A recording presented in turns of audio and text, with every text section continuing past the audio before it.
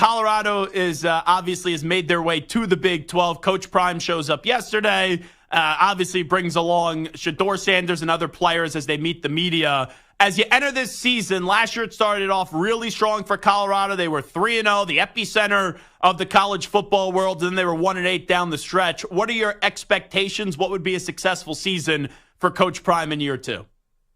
Well, just from the outside looking in, obviously I used to coach at CU, and I've been following this program really closely since Coach Prime took over. The outside expectations are a bowl game, at the very least. I think 6-7 wins. I think it's very realistic. But I do think that the difference between them being a real national noisemaker in that 9-10 win area versus potentially being as low in the floor, being 5 wins, is going to come down to their offensive line play. That if there is a tight end body that can actually step up and be a part of the run game, because in the absence of a run game, I think we're going to see a very similar situation to what took place down the stretch last season in that 1-8 conference finish, in Boulder. So the Big 12, a lot of people think of it as this wide open conference. It's not that same conference anymore. Now that you don't have the true air raid offense influence, it's a physical conference. And I think it's headlined by Kansas State, Kansas, Utah. I think those kinds of teams are going to play very physical brand of running the football, playing great defense. From afar, we saw how bad their offensive line was last year in Colorado. And Coach Prime made it clear that they were going to revamp the entire offensive line. Since they did change that entire offensive line, everyone's like, oh, it's going to be better. Like, how much better do you think the offensive line can be? And is there any way that it could get worse from than what it was a year ago? Well, a lot of eyes are going to be on the left tackle, Jordan Seaton, one of the top 5 recruits in all of college, high school recruiting in college football this past year. But he's a true freshman, and he's playing left tackle. Watched him at the spring game. You can see the athleticism. You can see the size. But, that's hard to play as a true freshman at left tackle. But I always have thought this about the offensive line group as a whole, is that you're as good as the sum of your parts. And I think that sometimes that you need that time together to mature, to get to a spot where you can trust each other, the communication's on point. And when you hit the reset button once again on the offensive line 2 years in a row, I have my concerns. Now, I could be talked out of it if I watch the first 5 weeks of the season, especially game 1 against North Dakota State. You're going to be tested, especially in the trenches with what NDSU, the Bison program, does. We'll know a lot more about this offensive line after that NDSU game. And Coach Mike Sanford here with us. They got to take advantage of late August and all through September. North Dakota State, Nebraska, Colorado State, Baylor, UCF. I'm not saying those games are easy, but if they're not like 4-1, even 3-2 through the first 5 games, after that, man, then you start to see Kansas State, Arizona at the end of the year, Mike. They got Utah, Kansas, and Oklahoma State the last 3 games of the season. That's a tough end to this season inside the Big 12. Yeah, especially with Ollie Gordon at Oklahoma State and all the returners that Oklahoma State has in their offensive line and skill players. Alan Bowman playing his 57th year of college football. It's going to be a lot of fun to watch. But I was down there at Big 12 Media Day on, I guess it would have been Tuesday, when Coach Gundy made some of the comments that he made. And you know what? He doesn't care. He's a made man. He's been a made man for the last 30 years. And so I think Oklahoma State's going to be in the conversation as conference champions.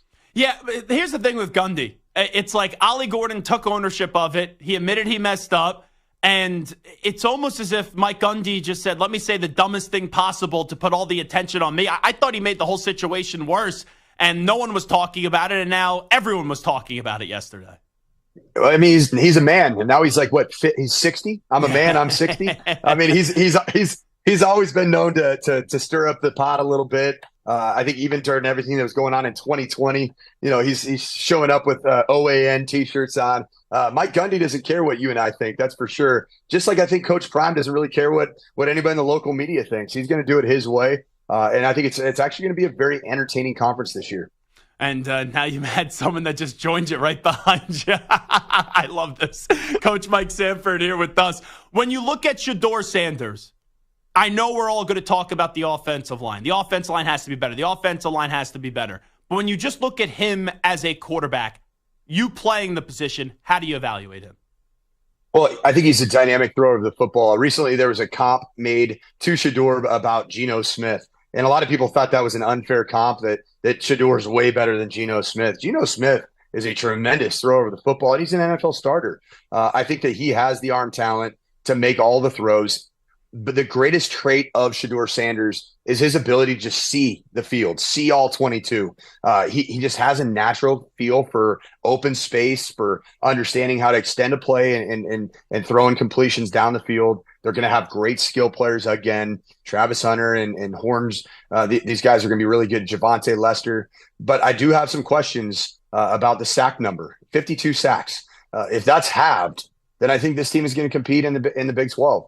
If those sack numbers stay in the 40, 50, 60 range, I think the draft stock is going to take a major hit. And I think the team is going to fall apart late down the stretch because you can't let your quarterback get hit like that. So Shedeur's got to throw the football away at times. He's got to know when enough's enough, and you just don't have him to be open right now. He's got to be able to throw the ball out of bounds. For his ceiling and then his floor for the NFL draft, what do you think the ceiling is for Shedeur Sanders, and then what do you think the floor is? Well, this is a really interesting group of quarterbacks in this draft class. I think there's a lot of unknowns. I think Quinn Ewers and, Jackson Dart's a guy that I really like. I think he's going to have a very good year down there at Ole Miss. It's going to be interesting to see what happens at Georgia, how good, they're going to have a great surrounding cast this year. But I do think that Shedeur is one of the more intriguing quarterbacks in the country because of that trait that he showed in Colorado State game against TCU, even against Arizona State. The guy he's got an ability to win games late. He calls it Brady mode or legend mode, and he does it. Like there's one thing to say it in the offseason, but he did it in 3 games against Power 5 and a Group of 5 team. So I think that he could certainly end up being the first quarterback taken in this draft. I just don't know if this is going to be a draft that's going to lead with the number 1 overall being a quarterback. When you take over a program, right, like what the Shedeur Sanders and Coach Prime did and how much building they had to do, you have to bring some confidence, obviously. There's going to be swagger, and that the Sanders family is always going to be confident. But Shedeur yesterday saying every opponent views us as if it's the Super Bowl. Like, does anyone look at Colorado and is intimidated by Colorado going into a game? Like, hey, I get it. There's a lot of attention going into that matchup, but there's a lot of question marks like we've been discussing with this team. Yeah, I think it's maybe not the Super Bowl in terms of intimidation, but I think a lot of people are envious or are bitter about how much national media coverage that Colorado gets. I mean, we're talking right now on a national program, Zach, about a team that went 4-8 last year. So don't think that doesn't, get in the crawl of other programs when, they may have won 8, 9, 10 games last season and they have all their returning players coming back. I think that there is a circle the Colorado game factor for everybody. And I think a lot of it is just they're sick and tired of the narrative from a national perspective. 2 more. Coach Mike Sanford, kind enough to join us from Las Vegas. When we look inside also the Big 12, the health of quarterbacks, we talk about it with Shedeur is going to be massive, but then Jalen Daniels at Kansas and then Cam Rising, who missed all of last year with Utah, because there's big expectations. Utah was obviously finished first, and Leipold's done a great job at Kansas.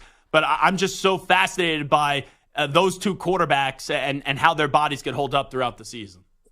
Yeah, Cam Rising was actually one of the best quarterbacks in the Pac-12 conference. When I was the interim head coach at CU, we played a 4-game stretch in a row, four games. The first one was Bo Nix. Second one was Caleb Williams. Third one was Michael Penix Jr. Fourth one was Cam Rising. And Cam Rising was arguably the best manager of the game. He and Michael Penix Jr. actually stood out to me as the 2 best. So I think a healthy Cam Rising with a really physical run game, Utah becomes, I think, the favorite to win the league if he can stay healthy. And then Jaden Daniels is really a fun player to watch. Jalen Daniels, he does everything right, but he's got to stay healthy. The sleeper quarterback in that league, and I saw him at Big 12 Media Day, is K-State's Avery Williams. That dude is he is the real deal. He's put on about 20 pounds of weight, had a great bowl game for K-State. I think there's a reason that Will Howard is in Kansas State, and I think it's because they liked what they had behind Will Howard, much to the chagrin of a lot of Ohio State fans. I think that Avery's going to be a really good player. All right, let me get to Boise State real quickly. We know that they got the big transfer at quarterback coming over from USC. When you look at him as a player, what do you see, and what do you think Boise State could do this year? Because they were picked to finish at first in the conference. Well, talking about Malachi Nelson, a 5-star quarterback out of Los Alamitos High School, which is my alma mater, and now he's playing college football at my football alma mater in college. At Boise State. He has big upside, but he is a developmental player. And Maddox Madsen is the quarterback that started about half the games a year ago.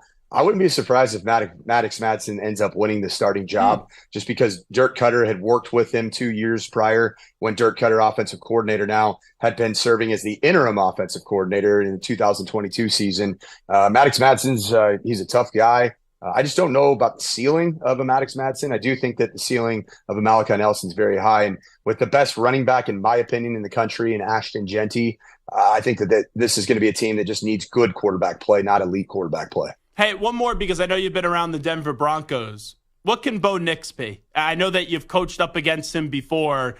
I'd never thought he was going to be the 12th overall pick in the draft, but Sean fell in love with him. Yeah, I think there are some similarities to a Drew Brees, that maybe he doesn't have the absolute howitzer attached to his right shoulder, but he is a very, very good coachable type of a player. I would even call him programmable, and I think that's what Sean Payton wanted after the Russell Wilson experience. I don't think he liked all the second play, creative playmaking that Russell Wilson brought to the table. But I went to 4 OTA practices, mini camp, and I have my questions about Bo Nix. He hasn't really separated at all from Jarrett Stidham. Like, Jarrett Stidham right now looks like the best option at quarterback if you just looked at what happened on the field at OTAs and minicamp. Do you think he'll start week 1 though, Stidham, or will they just go to Nix? I've gone back and forth in my mind. I do think that Bo Nix he looks like a vet right now, so he's not going to look overwhelmed. I just don't know about his surrounding cast and if that's the best option to build his confidence. He's a guy who's going to throw the ball underneath and need some run after catch. Marvin Mims Jr. is going to have a huge year. Audric Estime as a running back is going to have a big year. There's just a lot of unknowns about the surrounding cast for a rookie quarterback to build the right kind of confidence.